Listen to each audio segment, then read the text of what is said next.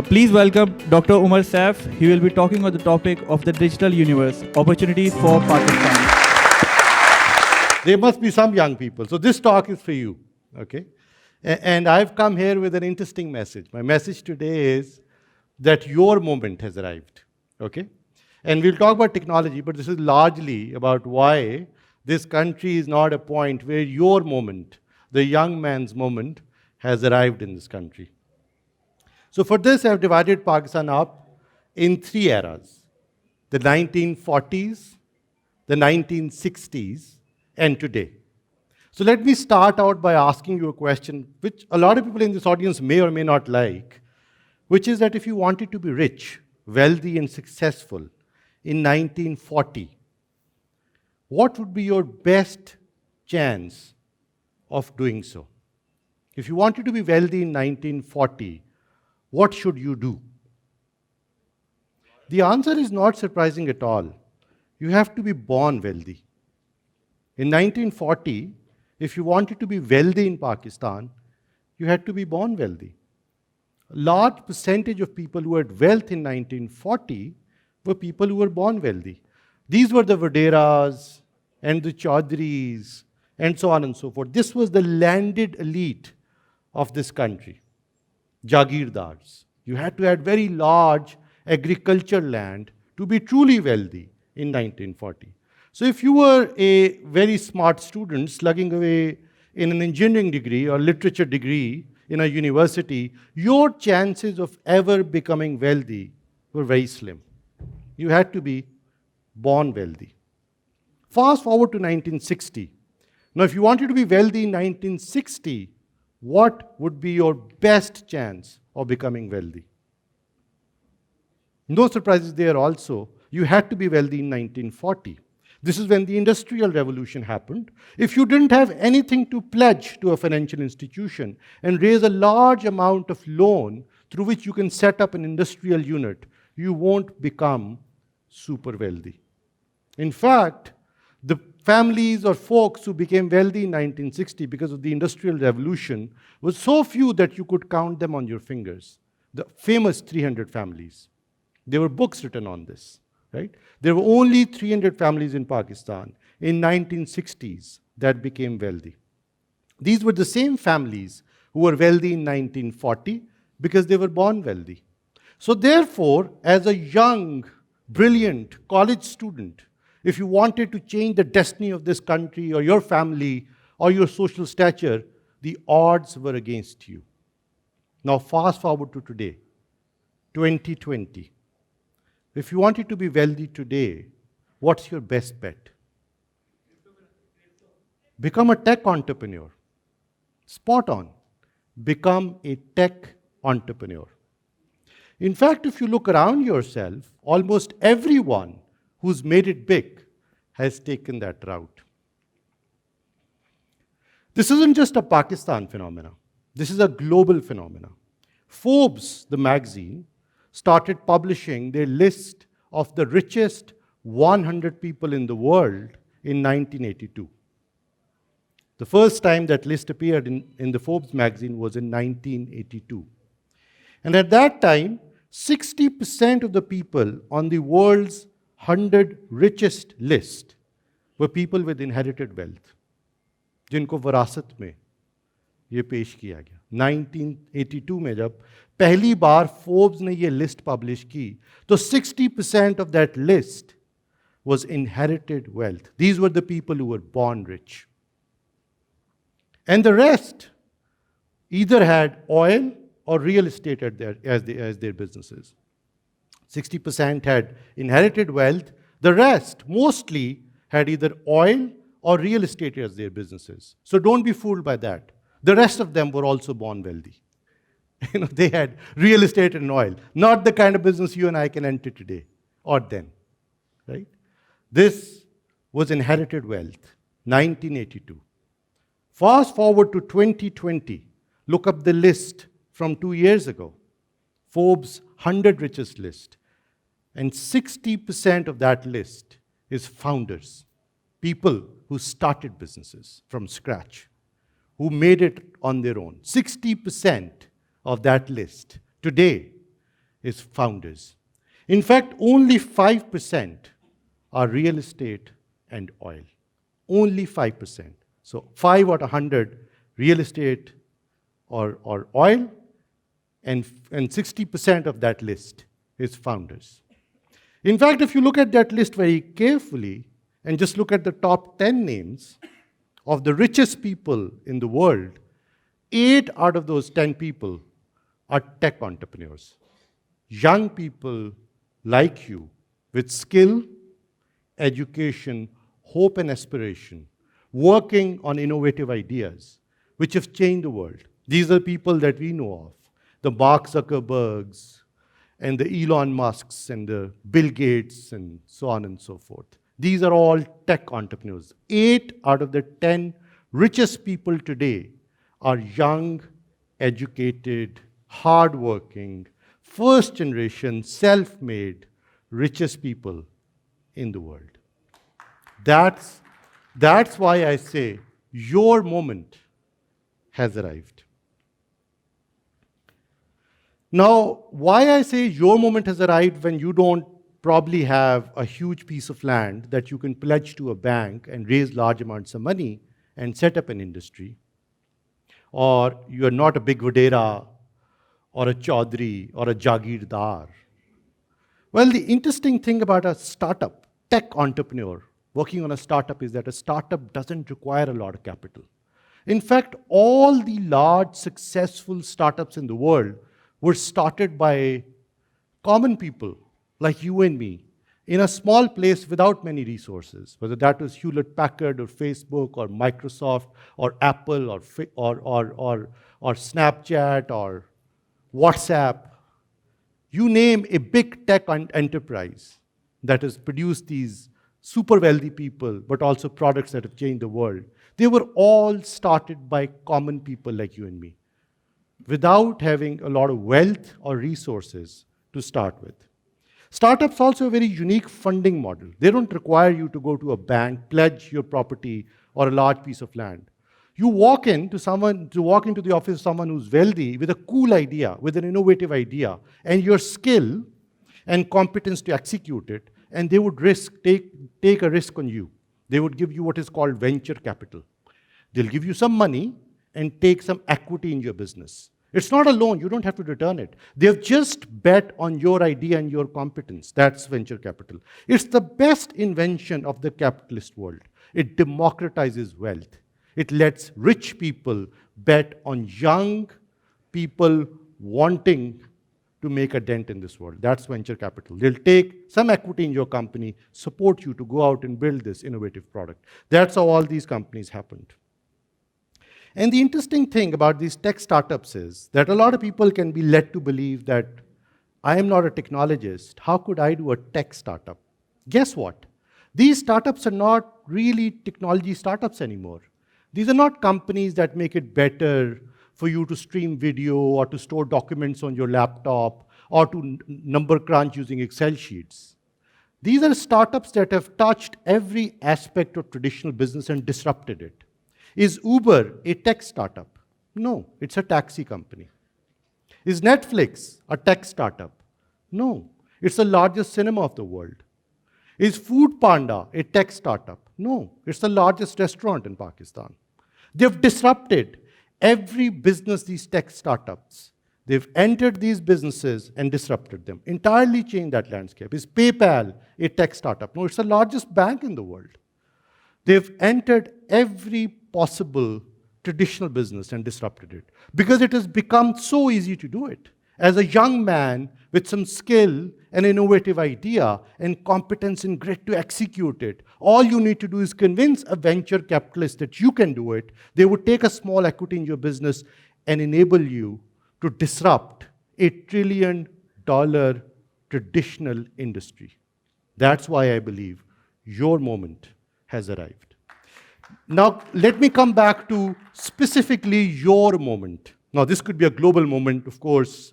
PayPal has happened, and Uber has happened, and Netflix has happened, and Facebook has happened, and these are $1 trillion literally companies, and they produced people who have like more than $100 billion wealth. But you sit here in Pakistan in an emerging market How could this moment translate into something big for you?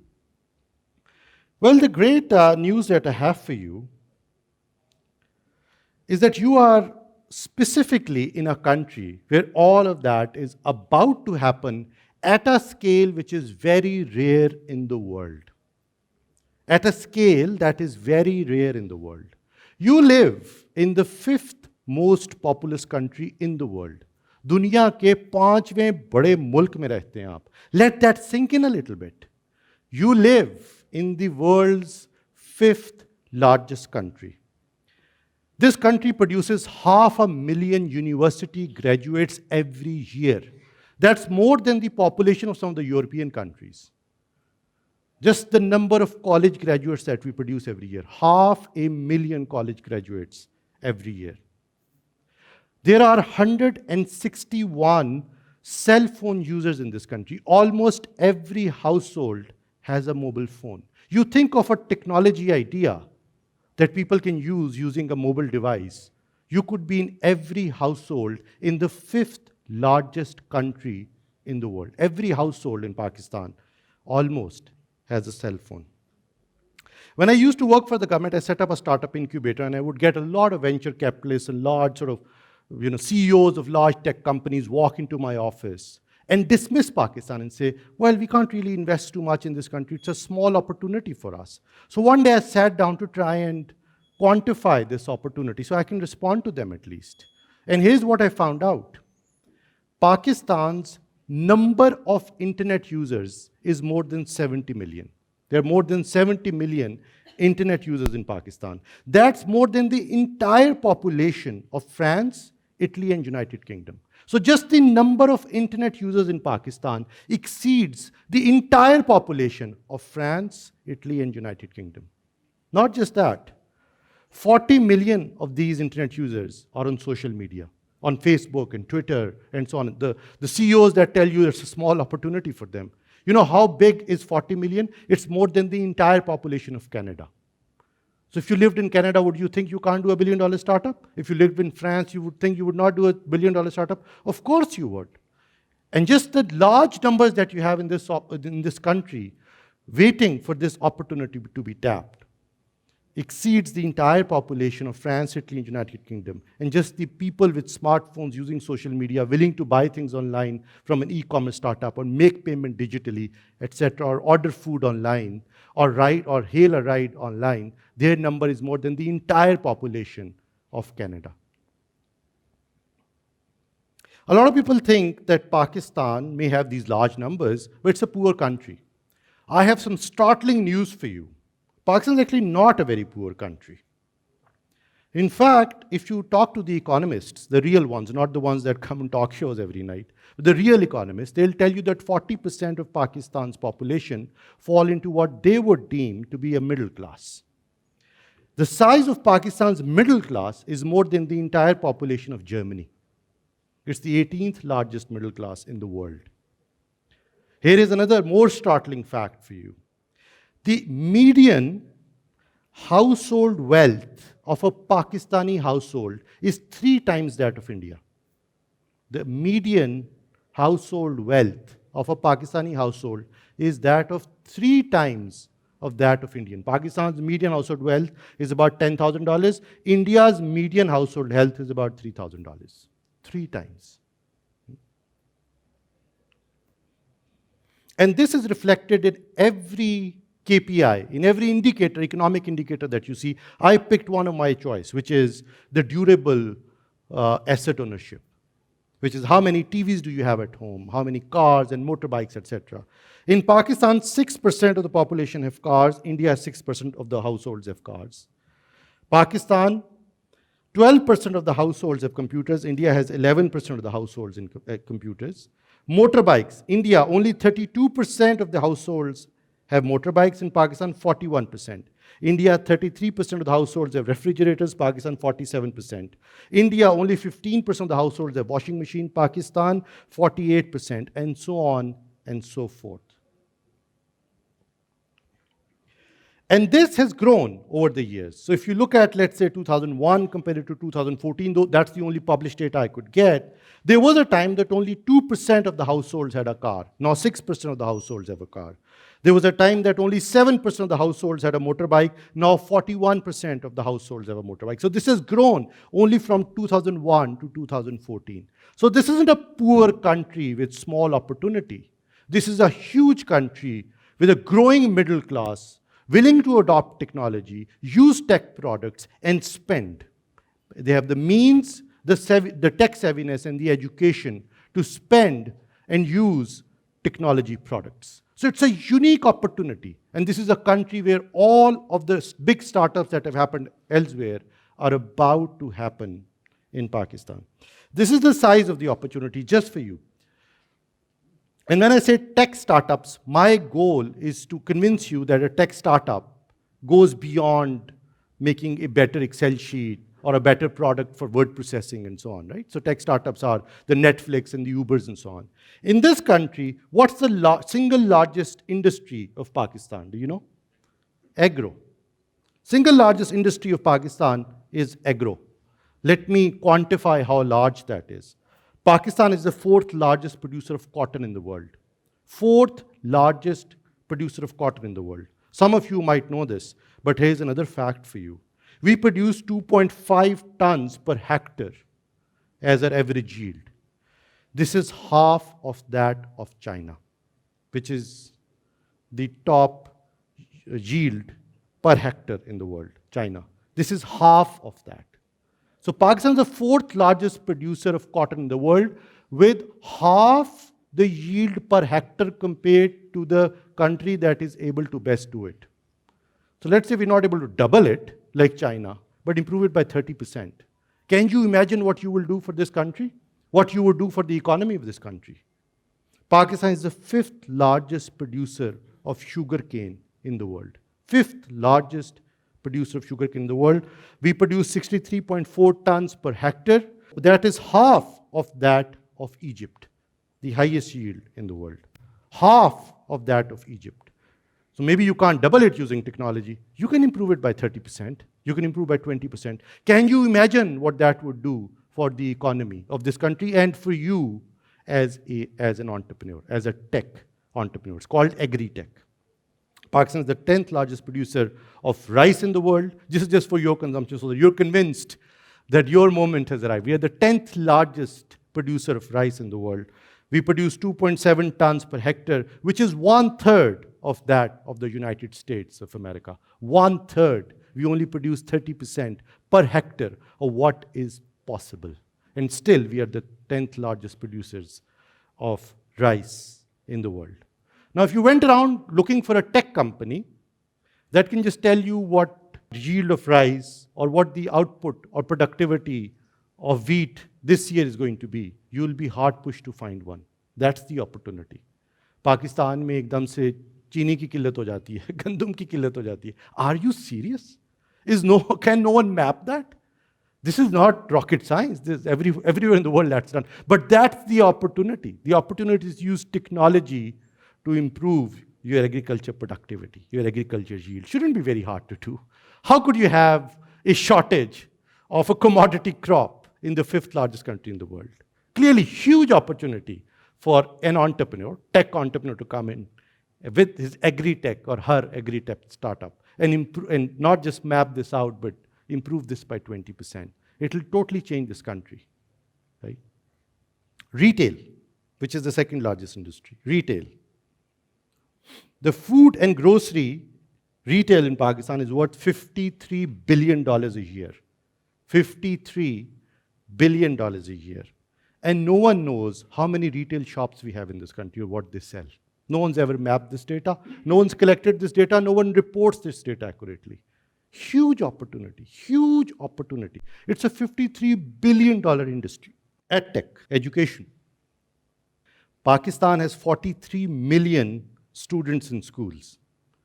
The quality of education is in front of you. Of course, there's much that can be done to improve the quality of education of these 43 million students who go to the schools. Let's say you make 10 rupees per student in these schools because you made a cool application that lets them learn on their own, avoids tuitions, improve their grades. EdTech, using technology to improve access to education or to impart better student learning outcomes. Let's say you're able to do that. You're able to extract 10 rupees out of these 43 million students. That's a startup that will make $40 million a year. A startup that is paid 10 rupees by every parent who sends a child to the school will make $40 million a year. That's the opportunity. And there are 22 million students, kids, out of school. 43 million in school, 22 million who can't go to schools. Solve their problem. And this is a startup that will make $20 million a year if they pay you 10 rupees just to get access to education using some technology that works on a smartphone that is almost in every household in this country. Fintech, financial technology, things like PayPal. You would be surprised to know that in the 5th largest country in the world, only 15% of the population has ever used a financial institution. Only 15% of Pakistanis have ever used a financial institution. There are 100 million unbanked adults in this country. 100 million unbanked adults in this country who need some innovative solution through which they can save money, they can invest money, they can pay money using some financial institution other than the money that they keep under their pillow when they sleep. 100 million. And there are 3 million businesses that are not on the grid, on the financial grid. They don't do any business with a financial institution. 3 million, 30 lakh कारोबार हैं जो bank का इस्तेमाल ही नहीं करते इस मुल्क के अंदर. And now finally, why I believe this is happening? It is happening because the world has woken up to this opportunity in Pakistan. Of course, I'm not the only one looking at these numbers. These are numbers that I got that are well known, well published all over. People realize the huge opportunity that this country presents at this point in time. And the evidence of that is that in last year, $60 million were invested in Pakistani startups in year 2020.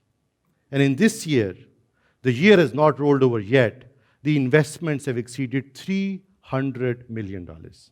So at this point, venture capitalists globally are tripping over each other, trying to outrun each other, to try and find you and put money in your innovative ideas so that you can solve these huge problems and change this country, but also create enormous wealth for yourself. So your moment, my friend, has arrived. I respect.